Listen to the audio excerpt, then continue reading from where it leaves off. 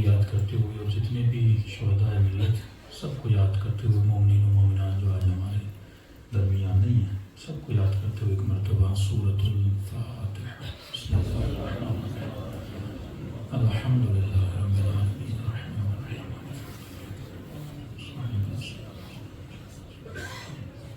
بسم اللہ الرحمن الرحیم ربنا تقبل منا انك انت السميع العليم صلوات پڑھیں محمد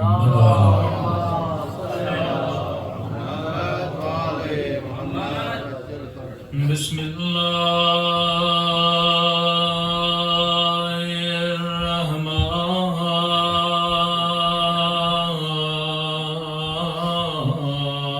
الرحیم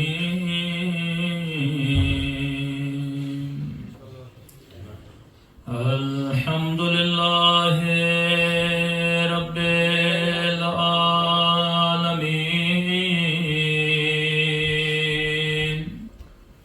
الحمد للہ کما هو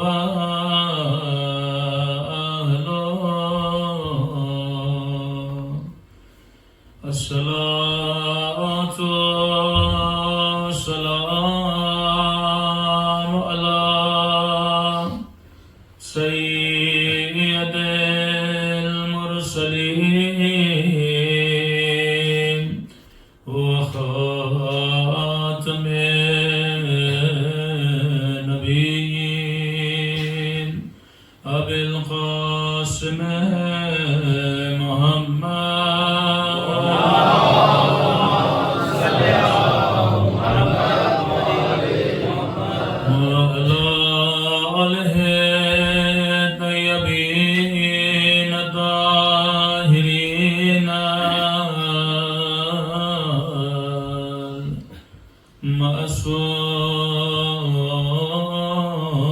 معصومین سب مل کے مولا کے ظہور کی دعا اللہم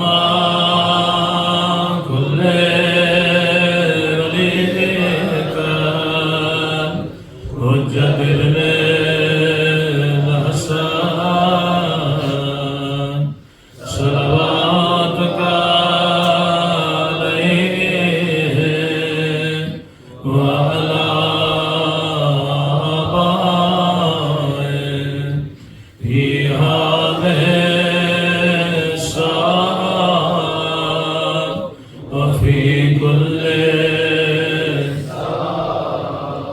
وعلی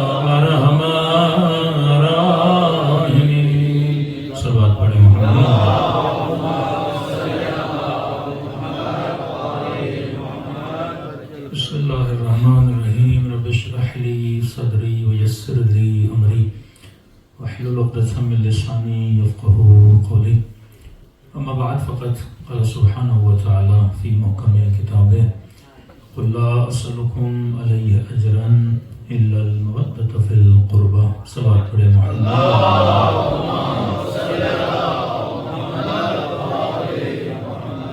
دعا ہے پروردگار عالم ہم سب کی عبادتوں کو اپنی بارگاہ میں قبول فرمائے اور جس مقصد زندگی کو لے کر ان مجلسوں میں آتے ہیں خدا ان مقاصد میں بھی ہم سب کو کامیابیاں نصیب فرما دیں۔ کل کی مجلس میں جو مومنین موجود تھے ہم نے عرض کیا کہ انسان کی زندگی میں سب سے بڑا موٹو محبت ہے، یعنی اگر محبت کو انسان کی زندگی سے نکال دیں کچھ باقی نہیں رہتا۔ یہ دل، یہ قلب، یہ فؤاد، یہ ہارٹ جو خدا نے آپ کو دیا ہے یہ دھڑکتا ہے محبتوں کی وجہ سے۔ بیٹے سے محبت ہے، اچانک سنا ایکسیڈنٹ ہوا تو دل کی ہارٹ بیٹ بڑھ جاتی ہے۔ ایکسائٹمنٹ کس چیز کی وجہ سے ہوتی ہے؟ محبت کی وجہ سے۔ کسی چیز کو اچیو کرنے کی خوشی، کسی چیز کے جانے کا غم، پوری زندگی اسی سرکل کے اندر گھومتی رہتی ہے۔ اور یہ جو خدا کہتا ہے کعبے کے ساتھ چکر لگا، یہ محبت کا چکر ہے۔ کہ مطلب ہدف زندگی یہ ہے کہ تمہارا وجود اللہ کے ارد گرد گھومتا رہے۔ لیکن آج دنیا میں ہمارا وجود خدا کی جگہ کس کے ارد گرد گھوم رہا ہے؟ گویا پرستش دنیا کے، کہ کئی جوان ہیں جن کی پوری زندگی ایک چیز کو حاصل کرنے میں لگ جاتی ہے۔ اب یہ نہیں کہ دنیا کی چیزوں کا حصول کوئی بری بات ہے، اللہ نے شکم دی ہے تو بھوک تو لگنی ہے، اللہ نے پیاس دی ہے، پانی کی ضرورت تو ہے۔ یہ غصہ، یہ شہوت، یہ جیلسی، یہ حسد، یہ ساری صفات جو انسان کے وجود میں ہیں، یہ لازمہ حیات ہے۔ کیونکہ آپ سوچیں کہ اگر انسان میں مثلا حسد نہ ہو تو انسان میں کمپٹیشن کا کنسیپٹ نہیں آتا۔ اب اسلام اس کو پازیٹیو وے میں لیتا ہے، کہتا ہے حسد کو ضبطے میں بدل دو۔ ایک مرتبہ جیلسی وہ ہوتی ہے کہ اگلے بندے کو بندہ گرانا چاہتا ہے، مثلا وہ آپ سے تیز دوڑتا ہے، آپ کہو اس کی ٹانگ ٹوٹ جائے لہٰذا میں کیا ہو جاؤں؟ جیت جاؤں۔ تو چیٹنگ اسلام میں نہیں ہے، کہتا ہے تو خود کو مضبوط کر اور اس درجے کو حاصل کرنے کی کوشش کر۔ یہ نہیں کہ اس بندے کو گرا کے سیڑھی بنا کے تو آگے نکلنا چاہتا ہے۔ تو یہ پورا نظام جو پروردگار عالم نے بنایا ہے، یہ پوری ایک میتھ ہے۔ اگر یہ میتھ آپ کو سمجھ میں آ جائے تو زندگی میں سکون آ جائے۔ بے سکونی اس وجہ سے ہے کہ ہم اسلامک میتھ کو نہیں سمجھتے۔ یہ 2+2 4 کا معاملہ ہے۔ یہ بولا جائے کہ بھائی شیعہ تبرہ بہت کرتے ہیں، شیعہ لعنت بہت بھیجتے ہیں، تو لعنت کا جنم بھی تبھی ہوتا ہے جب کسی سے محبت ہوتی ہے۔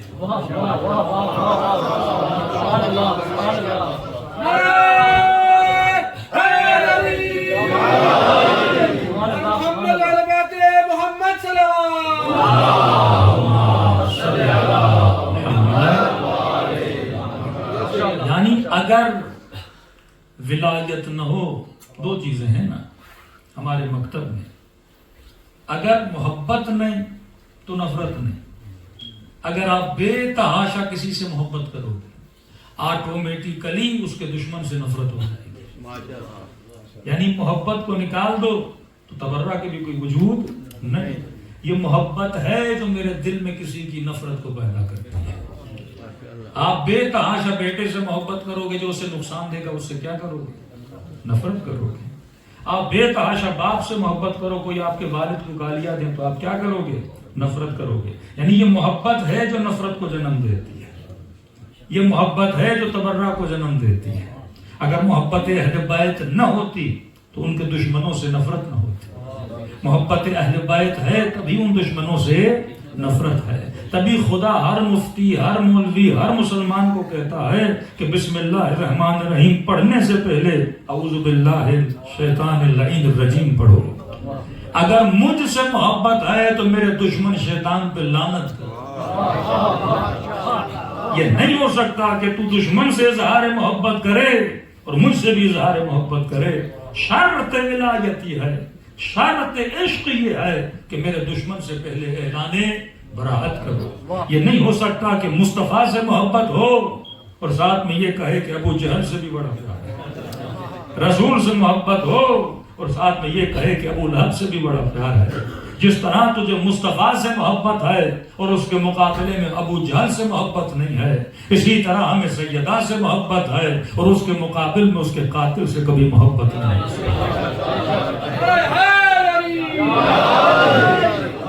یہ لازم و ملزوم ہے۔ نہیں ہو سکتا کہ ہمیں یہ بولا جائے کہ شیعو اس سے محبت بھی کرو، مطلب قاتل سے بھی محبت کرو، مقتول سے بھی محبت کرو، جس نے مرڈر کیا اس سے بھی محبت کرو اور جس کا مرڈر ہوا اس سے بھی محبت کرو۔ یہ کانسیپٹ بڑا عجیب ہے، کیونکہ محبت اور نفرت ایک ہی بندے کی ایک جگہ جمع نہیں ہو سکتی۔ اگر محبت خدا کی ہے تو شیطان سے نفرت ہونی چاہیے، اگر محبت علی کی ہے تو علی کے دشمن کی نفرت ہونی چاہیے، یہ محبت کا تقاضا ہے۔ تو میں نے کہا جناب مجھے یہ بتائیے، اگر آپ اپنے والد سے محبت کرو اور آپ والد کو یہ بولو کہ بابا وہ جو پڑوسی صبح شام آپ کو گالیاں دیتا ہے مجھے اس سے بھی بڑا پیار ہے، تو باپ بھی تو بولے گا نا لعنت ہے تیری محبت پر۔ یہ کیسی محبت ہے کہ مجھ سے بھی محبت ہے، اور جو صبح شام مجھے گالیاں دیتا ہے، صبح شام مجھے برا بھلا کہتا ہے تو اس سے بھی محبت کرتا ہے، کہے گا یہ محبت نہیں ہے یہ منافقت ہے۔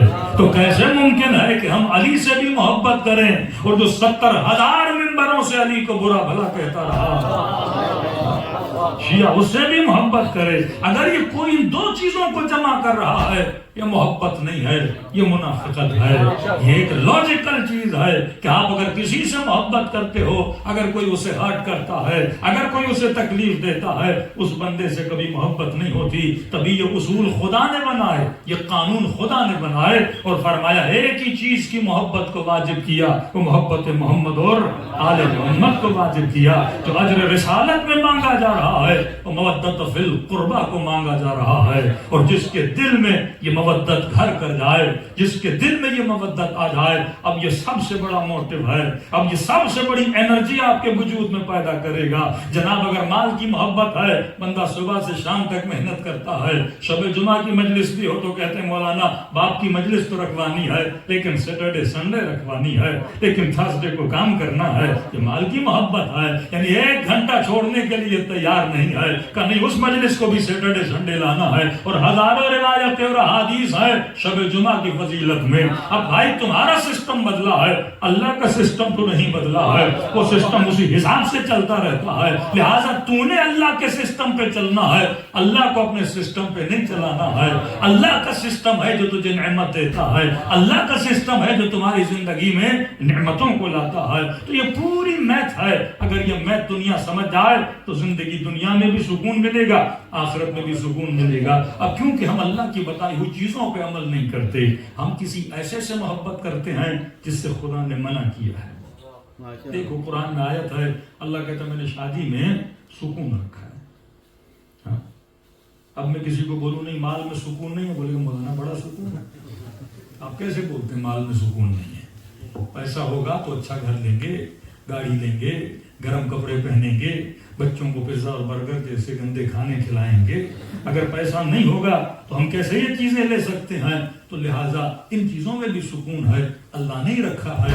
نرم بستر میں بھی سکون ہے، بندہ شادی کرے شادی میں بھی سکون ہے، بندے کو بھوک لگی ہو تو لقمے کھائے تو اس میں بھی سکون ہے، بندے کو گرمی لگی ہو اے سی میں بیٹھے تو تب بھی سکون ہے، بندے کو سردی لگے ہیٹر میں آئے تب بھی سکون ہے۔ یہ جسمانی ضرورتیں ہیں، لیکن سمجھانے کی کوشش یہ کر رہے ہیں جب خدا قرآن میں کہتا ہے کہ ہر شے فنا ہو جاتی ہے، یبقى وجہ ربک ذو الجلال والاکرام، لیکن ایک چیز باقی رہ جاتی ہے۔ ہاں کائنات کی کئی چیزوں میں سکون اور پیس ہے، لیکن یاد رکھنا وہ سکون ٹیمپریری ہے، وہ چند گھنٹوں کا سکون ہے، وہ چند منٹس کا سکون ہے، لیکن وہ سکون تلاش کر جو ہمیشہ تیرے ساتھ رہے، جو دنیا میں بھی ساتھ رہے، جو قبر میں بھی ساتھ رہے، جو آخرت میں بھی ساتھ رہے۔ اور وہ سکون کس کا سکون ہے؟ وہ محبت خدا کا سکون ہے، وہ عشق حسین کا سکون ہے کہ بدن کٹانے کے لیے تیار ہے اور یہ کہیں کہ مولا اگر بدن کا قطع کر دیا جائے اور جلا کر راکھ بنا کے ہوا میں اڑا دیا جائے لیکن پھر دوبارہ زندہ کیا جائے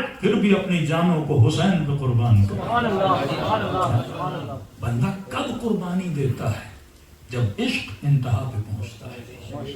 آپ اپنے بچوں کے لیے قربانی دیتے ہو کہ نہیں؟ کئی ایسے سائنسدان ہیں جو چاند تک پہنچنے کے لیے قربانیاں دیتے ہیں، ظاہر ان کو پتا ہے رسکی ہے چاند تک جانا، شاید ہماری واپسی نہ ہو، ریٹرن نہ ہو، لیکن اس کو جنون ہے وہاں تک پہنچنے کا، وہ جان قربان کر دیتا ہے۔ کئی سمندروں میں جا کے جانوں کو قربان کر دیتے ہیں، کئی جہازوں سے چھلانگیں لگا کر خود کی جانیں قربان کر دیتے ہیں۔ اب اسلام کہتا ہے کہ اللہ نے تجھے ایک ہتھیار دیا ہے جس کا نام ہے عقل۔ عقل ہر چیز کو توازن میں رکھتا ہے، سمجھو لائن پہ لاتا ہے۔ اب آپ دنیا کی بہترین گاڑی میں سوار ہو لیکن گاڑی میں بریک نہ ہو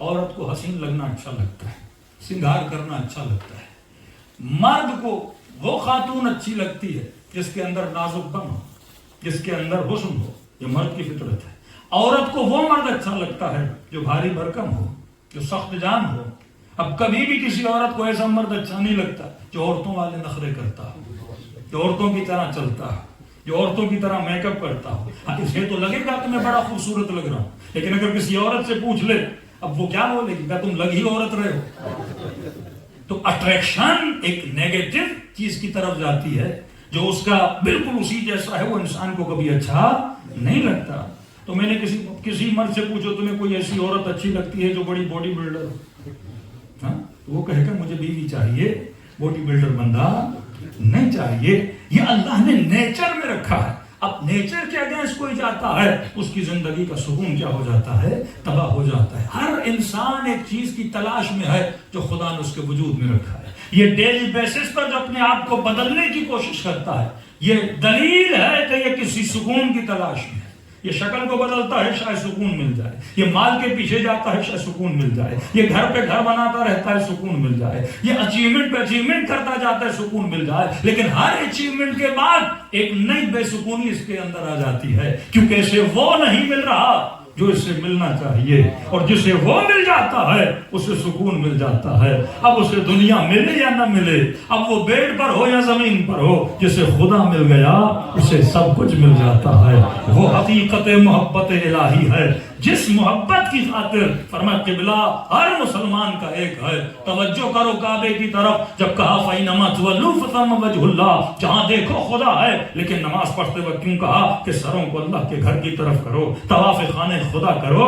مطلب تم سب لوگوں کا ٹارگٹ ایک ہونا چاہیے. جب محبتیں ایک اینگل میں چلتی ہیں تو قلوب میں الفت پیدا ہوتی ہے، قلوب میں اتحاد پیدا ہوتا ہے، معاشروں میں ریگولیشنز آتی ہیں. لیکن جب انسان ڈیوائیڈ ہو جاتا ہے، جب قلب سے جدا ہو جاتے ہیں تو زندگی سے سکون ختم ہو جاتا ہے. گھر میں میاں بیوی ہیں، مال ہے، پیسہ ہے، دولت ہے، لیکن اگر دونوں میں محبت نہیں ہے تو سکون نہیں ہے. تو کل عرض کیا اصل جو سکون ہے محبت میں ہے.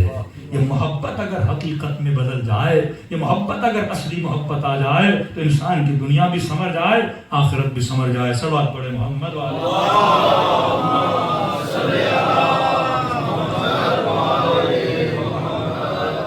عرض کیا کہ بچہ 7 سال تک اسلام کہتا ہے تو بادشاہ ہے. بادشاہ کا مطلب اردو میں ہم بڑی مثالیں دیتے ہیں. کئی لوگ ہیں غلطیاں کرتے ہیں تو لوگ بولتے ہیں مولانا ایسے کچھ نہ بولیے، بادشاہ آدمی. مطلب اس پہ کوئی روک ٹوک نہیں ہے. اس کا سب کو پتا ہے کہ کبھی کچھ بھی کر سکتا ہے. کبھی کبھی پاگل کو بھی بولتے ہیں کہ بادشاہ آدمی ہے. مطلب اس پہ کوئی معیار نہیں ہے، کوئی اعتراض نہیں ہے، طبیعت کا بادشاہ آدمی ہے. بچہ 7 سال تک بادشاہ ہے. مطلب غلطی کرے درگزر کرو، کوئی برتن توڑ دے، کوئی پلیٹ توڑ دے، مہنگا ٹی وی خرید کے آئے، دے مارا اور ٹی وی توڑ دیا، کا بادشاہ آدمی ہے. ہاں کچھ بھی کر سکتا ہے. لیکن آفٹر 6 and 7 years فرمایا یہ ممیز ہے. اب بچوں کے بسترے تھوڑے الگ کر دو. اب محرم نامحرم کا کانسیپٹ سے سمجھانا شروع کر دو. اب اس بچی کو حجاب سکھانا شروع کر دو. زیادہ سختی نہیں. فرمایا اب یہ اسے سمجھاؤ کہ نماز کا ٹائم ہے، عبادت بھی کرنی ہے، سجدہ بھی کرنا ہے. کیونکہ اس کا برین آہستہ آہستہ چیزوں کو سمجھنا شروع کر دیتا ہے کہ رانگ کیا ہے، رائٹ کیا ہے، غلط کیا ہے، صحیح کیا ہے. ریڈ سگنل ہے تو رکنا ہے، گرین سگنل ہے تو میں نے آگے بڑھنا ہے. کسی کے کمرے میں جانا ہے تو نوک نوک کر کے جانا ہے. کسی سے بات کرنی ہے تو اجازت لے کے بات کرنی ہے. کھانا کھانا ہے تو کس حساب سے کھانا ہے. سفرے پہ بیٹھنے کی تمیز، کلام کرنے کی تمیز، واش روم میں جا کے طہارت اور نجاست کی تمیز، اسے کہتے ہیں ممیز. یعنی اب چیزوں میں کمپیئر کرنا شروع کر دیتا ہے، اچھا کیا ہے، برا کیا ہے. اب کہا 7 ایئر سے لے کے till 14 یا 13 ایئرز تک اب یہ بادشاہ نہیں ہے. فوراً بادشاہ کی پوسٹ سے اتر کے یہ سرونٹ بن جاتا ہے. اب اسے ایسے ڈیل کرو جیسے گھر کے سرونٹ کو ڈیل کرتے ہو. اس کو صرف آرڈر دیا جاتا ہے کہ یہ صفائی کرو، یہ کام کرو، یہ پلیٹ اٹھا کے یہاں رکھو، یہ برتن اٹھا کے وہاں رکھو، تاکہ اسے اوبے کرنے کی عادت ہو جائے. اسے بات سننے کی عادت ہو جائے، اسے سمجھاؤ کہ بیٹا یہ بری چیز ہے، یہ اچھی چیز ہے۔ اور فرمایا آفٹر 14 ایئر، جب یہ بالغ ہو جاتا ہے تو 14 سال کے بعد یہ کیا ہے؟ یہ تیرا وزیر ہے، یہ تیرا ایڈوائزر ہے۔ اب اس سے مشورہ بھی لیا کرو، کیونکہ اس کے اندر عقل آنا شروع ہو گئی ہے، ڈیسیژن پاور اس کے اندر پیدا ہو گیا ہے، اب یہ تمیز سیکھ چکا ہے۔ اب اسے دیکھو کہ جو تم نے سکھایا ہے اسے اپنی ذات پہ اپلائی کرتا ہے کہ نہیں کرتا۔ سب سے بڑا ایشوز ان سوسائٹیز کا یہ ہے کہ مولانا بیٹا بڑا نیک ہے، بیٹی بڑی نیک ہے، لیکن میں نے جو ریسرچ کی میں نے کہا نیک بڑے ہیں لیکن ٹل 14 بڑے نیک ہیں۔ اکثر بچے بگڑ جاتے ہیں آفٹر 14، کیونکہ انہیں یہ بولا جاتا ہے تم ایڈلٹ ہو گئے ہو، اب تمہاری مرضی، جو کرنا ہے کرو، باپ سے اجازت لینے کی ضرورت نہیں ہے،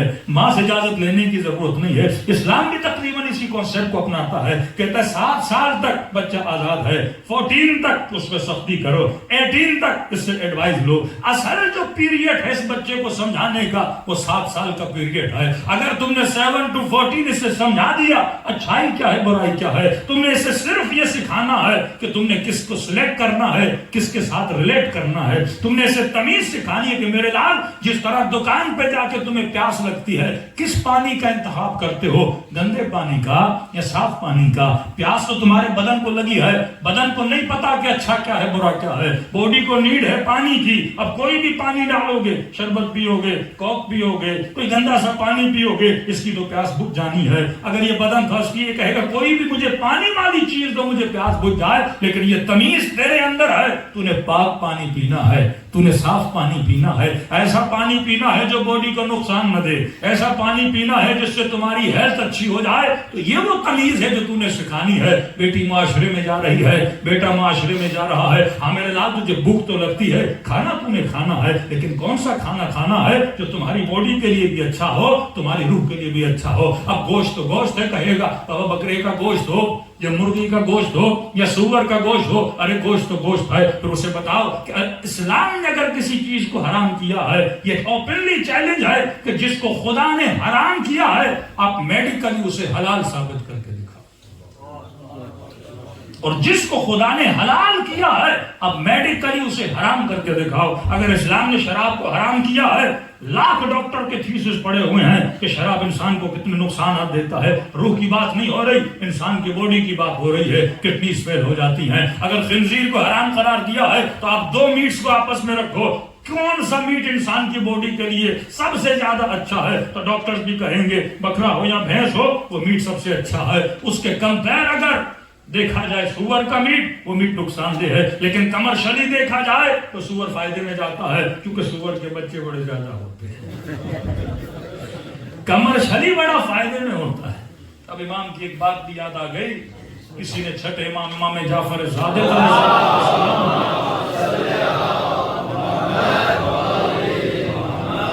مولا سے آ کر کہا کہ مولا دشمن بہت زیادہ ہے، ہم بڑے تعداد میں کم ہیں۔ کہا کہ مولا ایک تو تعداد میں کم بھی ہیں، اوپر سے ہمیں مارا بھی جاتا ہے۔ مثلا پاکستان کی مثال لے لیں، شیعہ سنیوں سے کم ہے، مد مقابل دوسری قوموں سے شیعہ تعداد میں کم ہے، کم بھی ہے اوپر سے مارا بھی زیادہ جاتا ہے۔ بچے ہمارے شہید کر دیے جائیں، وہ چاہے عراق میں 4 لاکھ کے قریب صدام نے مارے، 2.5 لاکھ کے قریب ایرانی شہداء، پاکستان میں 20,000 سے زیادہ شہداء، افغانستان میں 1000 کلنگ، پارا چنار میں شیعوں کی کلنگ۔ اب کا مولا تعداد میں کم بھی ہیں، مارے بھی زیادہ جاتے ہیں۔ تو گویا کہنا چاہتا تھا مولا مجھے خوف ہے کہیں ہماری نسلیں ختم نہ ہو جائیں، ہم سارے مر جائیں گے کیا ہوگا؟ امام کے چہرے پہ عجیب سا سکون۔ امام نے فرمایا یہ بتا سال میں بکری کتنے بچے دیتے؟ تو کچھ بکریاں 2، کچھ بکریاں 1، کچھ بکریاں 3، میکسیمم لے لو 1 بکری سال میں 3 بچے۔ اور امام نے کہا سال میں کتا کتنے بچے دیتا ہے؟ کتیا کتنے بچے دیتی ہے؟ ہاں سور اس سے زیادہ دیتا ہے۔ تو کہا تقریباً 8-9 بچے۔ کہ یہ بتاؤ سب سے زیادہ کاٹا کس کو جاتا ہے؟ سلوٹر ہاؤسز میں، انگلینڈ میں بھی دیکھ لو زیادہ کون کٹتا ہے؟ کتے کٹتے ہیں یا بکرے کٹتے ہیں؟ تو کہا مولا سیدھی بات ہے، بکریوں کو زیادہ کاٹا جاتا ہے، کھایا جاتا ہے، کہ کتوں کو کوئی کھاتا بھی نہیں، کہ تعداد پیداوار بھی زیادہ، پروڈکشن بھی بہت ہے، تعداد میں بھی زیادہ ہے، بکرے پیدا بھی کم ہوتے ہیں، کہ صرف مدینے میں کاؤنٹ کرو ہفتے میں کتنے بکرے مارے جاتے ہوں گے۔ تو اس نے ایک عدد بتایا، مثلا مولا ہفتے میں 2000 بکرے مثلا کاٹے جاتے ہیں۔ تو امام نے کہا یہ بتا آج تک تو نے کتنے زیادہ ہیں کتے، پیداوار بھی زیادہ ہے، آج تک تو نے 1000 کتوں کو ایک ساتھ دیکھا؟ آج تک تو نے 1000 کتوں کو ایک ساتھ دیکھا کہ ساتھ ہی جا رہے ہیں، کوئی میلہ ویلا منانے نکلے ہوں ساتھ میں، کوئی پکنک وکنک کرنے، کہیں آج تک نہیں دیکھا؟ کہ تم نے لاکھوں بکریوں کے جھرمٹ کو دیکھا ہے، تعداد میں کم، کٹتی بھی زیادہ ہیں، اور جب ساتھ چلتی ہیں تو لاکھ بکریاں، تو دیکھنے والا کیا بولتا ہے کہ بکریاں زیادہ ہیں، کتے زیادہ نہیں ہیں۔ جس طرح بعض لوگ بولتے ہیں جب محرم کے دن آتے ہیں لگتا ہے ایسا ہے پورا پاکستان شیعہ ہے۔ تو فرمایا یہ اللہ کی نعمت ہے کہ خدا نے تمہاری نسلوں میں برکت عطا کی ہوئی ہے، یہ نعمت شہادت، یہ مذاق نہیں ہے، یہ نعمت۔ جس بھی ملک میں جاؤ یہ نعمت ہے کہ نہیں ہے؟ ایک بندہ کسی کنٹری میں جاتا ہے اور کس طرح پروردگار عالم آپ کا نام بلند کرتا ہے، حالانکہ دوسرے بھی ہیں لیکن نظر دنیا کو آپ آتے ہیں۔ تو یہ کچھ اللہ کی دی ہوئی نعمتیں ہوتی ہیں، کچھ اللہ کے بنائے ہوئے اصول ہوتے ہیں، کچھ اللہ کے بنائے ہوئے رولز ہوتے ہیں، اگر انسان ان کو فالو کرے تو دنیا میں بھی سکون ہے، آخرت میں بھی سکون ہے۔ تو اگر باڈی کو بھوک کی ضرورت ہے، اسے کھانا چاہیے، آپ نے صرف بچے کو یہ سمجھانا ہے کہ میرے لال کھانا وہ کھاؤ جو باڈی اور سول دونوں کے لیے اچھا ہو، اور ریزن بھی بتاؤ، اگر سور حرام ہے تو کیوں، کتا حرام ہے تو کیوں، بکری حلال ہے تو کیوں۔ اصل دیکھنا یہ ہے کہ اگر میں گندی چیزیں کھاتا ہوں ان کا امپیکٹ میری باڈی پہ پڑتا ہے، اگر میں غلط چیزیں کھاؤں گا، مثلا ڈیری میں آئلی چیزیں کھاؤں، میرا دل افیکٹ ہو جائے گا، کولیسٹرول بڑھ جائے گا، ہارٹ اٹیک مجھے آ سکتا ہے۔ اب یہ دیکھو جن بھی جانوروں کو خدا نے حلال قرار دیا ہے وہ جانور ویجیٹیرین ہیں۔ انسان کے اندر غصہ تو پہلے سے، اب اگر انسان ان جانوروں کو کھانا شروع کر دے جو جانور سب سے زیادہ غصے میں زیادہ ہیں، تو ان کے جو جینز ہیں وہ ان کے میٹ کے ذریعے سے میری باڈی میں جائیں گے اور مجھے بھی کیا ہوگا، سب سے زیادہ غصہ ہوگا۔ یہ شاید یو کے میں آپ نے سنا ہو، لیکن ایک مومن بتا رہا تھا کہ جب آپ دکان پہ جاتے کہتے یہ حلال میٹ ہے یہ حرام میٹ ہے، تو کہہ رہے کہ میرا انگریز دوست تھا کہ وہ ڈیلی آتا تھا، کوئی 15 کلو 20 کلو حلال میٹ دیتا تھا اور پھر سائڈ میں تھوڑا حرام والا بھی لیتا، مطلب ایک اسلامی ذبیحے والا میٹ، دوسرا ایسا اوپنلی جو میٹ پڑا ہوتا ہے۔ کہ تمہیں پریشان ہوا کہ یہ کس کے لیے لے رہا ہے، مطلب حرام بھی لے رہا ہے حلال بھی لے رہا ہے۔ کہ اتفاق سے کوئی دوست مجھے اس کے گھر لے گیا تو کیا دیکھا کہ مولانا کوئی انسان کے قد سے بڑا بھی کتا اس کے گھر میں تھا، کہ ہم اتنا ڈر گئے وہ سائڈ سے اندر لے گئے۔ تو میں نے کہا میرا ایک سوال ہے، آپ یہ حلال میٹ کس کے لیے لے جاتے ہو؟ اپنے کتے کے لیے۔ حلال میٹ کس کے لیے لے جاتا ہوں؟ کتے کے لیے۔ کہ خود حرام کھاتا ہے، کتے کو کیا کھلاتا ہے؟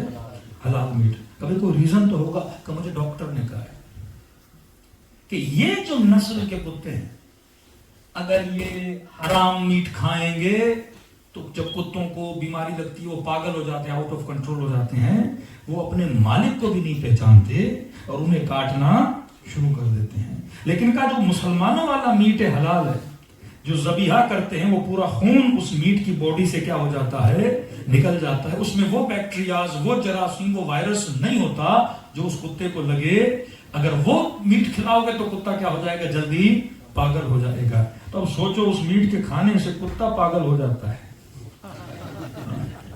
انسان کھائے تو انسان کا دماغ کہاں پہنچ۔ یہ پاگل پن نہیں ہے کہ ایک دن میں 700 لوگوں کو مارا جائے، یہ پاگل پن نہیں ہے کہ ایک بٹن دبانے سے 65,000 پیپل کو ایک ایٹم بم کے ذریعے سے مارا جائے۔ حیوان کے اندر بھی وحشی پن ہے، ذرا سوچ کے بتائیے ایک شیر دن میں کتنے ہرن کا شکار کرتا ہے؟ شیر درندہ صفت ہے، اس کا کام ہے چیرنا، پھاڑنا، کاٹنا، مارنا. لیکن ایک شیر ایک دن میں کتنے ہرن کا شکار کرتا ہے؟ جتنی اسے بھوک ہوتی ہے اتنا مارتا ہے، کاٹتا ہے، چیرتا ہے، پھاڑتا ہے، کھاتا ہے. لیکن اولئک کالانعام بل ہم اضل. خدا کہتا ہے جب انسان حیوانیت کے درجے پہ آتا ہے تو حیوان سے زیادہ بدتر ہو جاتا ہے. اس کی بھوک کبھی بجھتی نہیں ہے. یہ ایک بٹن دبانے سے 65,000 لوگوں کو لقمہ اجل بنا دیتا ہے. یہ ایک بم گرا کے ایک دن میں 700 فلسطینی شہید کر دیتا ہے. 17,000 لوگ اب تک فلسطین میں مر چکے ہیں within 2 months، جس میں 9,000 صرف بچوں کی تعداد ہے. یہ کون مار رہا ہے؟ کوئی شیر مار رہا ہے، کوئی درندہ حیوان مار رہا ہے. یہی انسان ہے جو انسان کا خون چوس رہا ہے. یہ کیوں درندہ بنتا ہے؟ کیونکہ الہی صفات پہ عمل نہیں کرتا، کیونکہ اسے یہ تمیز نہیں ہوتی میں نے اپنی باڈی کو ہینڈل کیسے کرنا ہے. وہ عقل جو خدا نے دی اس عقل سے استفادہ نہیں کرتا. اسے بچپن سے یہ تمیز نہیں ہے کہ سلیکشن صحیح ہونی چاہیے، ڈیسیژن صحیح ہونا چاہیے. اگر خدا نے شراب کو حرام کیا ہے تو کیوں کیا؟ اشرف المخلوقات انسان ہے، اور خدا نے کب کہا کہ میں احسن الخالقین ہوں؟ قرآن پڑھیے، میں بہترین بنانے والا ہوں.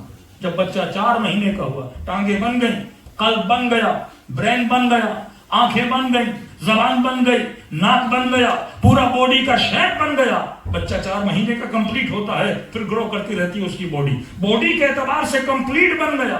لیکن فرمایا وَنَفَخْتُ مِن رُوحِي، جب میں نے اپنی روح کو اس کے وجود میں پھینک دیا اس کے بعد کہتا ہے میں بہترین بنانے والا ہوں. کمال بشر اس کا سول ہے، کمال بشر اس کی عقل ہے، کمال بشر وہ عقل وحی ہے کہ جس عقل کو وحی کے ذریعے آپ سپورٹ کرتے ہو. اب 5 منٹ کے لیے عقل بھی کافی نہیں ہے. عقل کو سپورٹ ملتی ہے وحی الہی سے، عقل کو سپورٹ ملتی ہے قرآن سے. مثلا ایک بچہ کتنا بھی سوچتا رہے خدا کے بارے میں کبھی نہیں پہنچ پائے گا. کئی لوگ مینٹلی پاگل ہو جاتے ہیں، دن رات سوچتے ہیں مجھے کس نے بنایا، خدا ہے تو کہاں ہے تو نظر کیوں نہیں آتا، اتنا سوچتے ہیں. اصل میں انسان اپنی روح کے بارے میں سوچتا ہے تو کبھی کبھی پاگل ہو جاتا ہے. کئی لوگ کہتے ہیں مولانا میں رات کو سوتا ہوں تو کہاں جاتا ہوں. یہ غفلت، یہ مجھے پتا نہ ہونا کہ واقعا میں 7-8 آورز کے لیے کہاں ہوتا ہوں مجھے پتا ہی نہیں ہے. کہتا سوچ کے میں کہیں پاگل ہو جاتا ہوں. کس نے بنایا ہے، مرنے کے بعد کیا ہوگا، باڈی اور سول کا کانسیپٹ کیا ہے. تو انسان یہ بالکل ایسا ہے کہ کمپیوٹر اپنے بنانے والے کے بارے میں سوچے، ایک محدود چیز لامحدود کے بارے میں سوچے. انسان سوچ کے پاگل ہو جاتا ہے، اور جب اسے سمجھ نہیں آتی کہتا کوئی خدا نہیں ہے. جب اسے سمجھ نہیں آتی، امیر المومنین فرماتے ہیں جس چیز کا انسان کو علم نہیں اسی چیز کا دشمن بن جاتا ہے. حالانکہ کہیں نہ کہیں سے سوچ آ رہی ہے، ہر چیز بنانے کا کوئی نہ کوئی ریزن ہے. کیسے ممکن ہے اتنی نالج والا انسان، ایسی باڈی جو اتنی دقیق ہے، اس کا کوئی بنانے والا نہیں ہے. ذرا ذرا وجود انسان میں وہاں رکھا گیا تھا، رکھنا چاہیے. کئی سائنسدانوں نے فلمیں بنائی نا، موویز آپ نے دیکھی ہوں گی.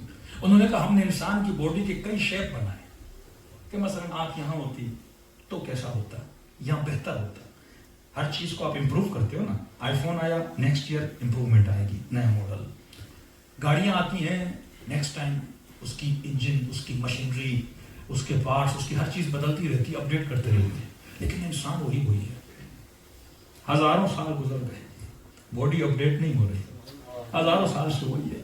تو انہوں نے کہا کہ اگر باڈی جس طرح ہے اس طرح نہیں ہوتی، مثلا اس کا بہترین شیپ کیسا ہوتا. بڑے بڑے آرٹسٹ بٹھائے ہوئے ہیں. مثلا انسان کی 3 آنکھیں ہوتی تو اچھا ہوتا، انسان کے 4 ہاتھ ہوتے تو اچھا ہوتا. یہ انگوٹھی چھوٹی نہیں ہوتی، بڑی ہوتی تو اچھا ہوتا. یہ چھوٹی انگوٹھی ایسی ہوتی تو اچھا ہوتا. مثلا 5 انگلیاں نہ ہوتی، 10 ہوتی تو اچھا ہوتا. اللہ نے بال یہاں کیوں دیے، یہاں دیتا تو اچھا ہوتا. تو انہوں نے کئی کارٹونز میں اینیمیشن کے ذریعے باڈی کا شیپ بدلنے کی کوشش بھی کی کہ سارے انسان کا بدن گھوڑے کا. آپ دیکھتے ہیں مختلف فلمز میں مثلا ایک انسان ہے، 6 ہاتھ ہیں اس کے. یہ ساری کریشن کرتے رہے لیکن آخر میں اس نتیجے پہ پہنچے جیسا بنا ہے بہترین بنا ہے. نعرہ تکبیر، نعرہ رسالت، نعرہ حیدری، محمد آل محمد بلندتر صلوات.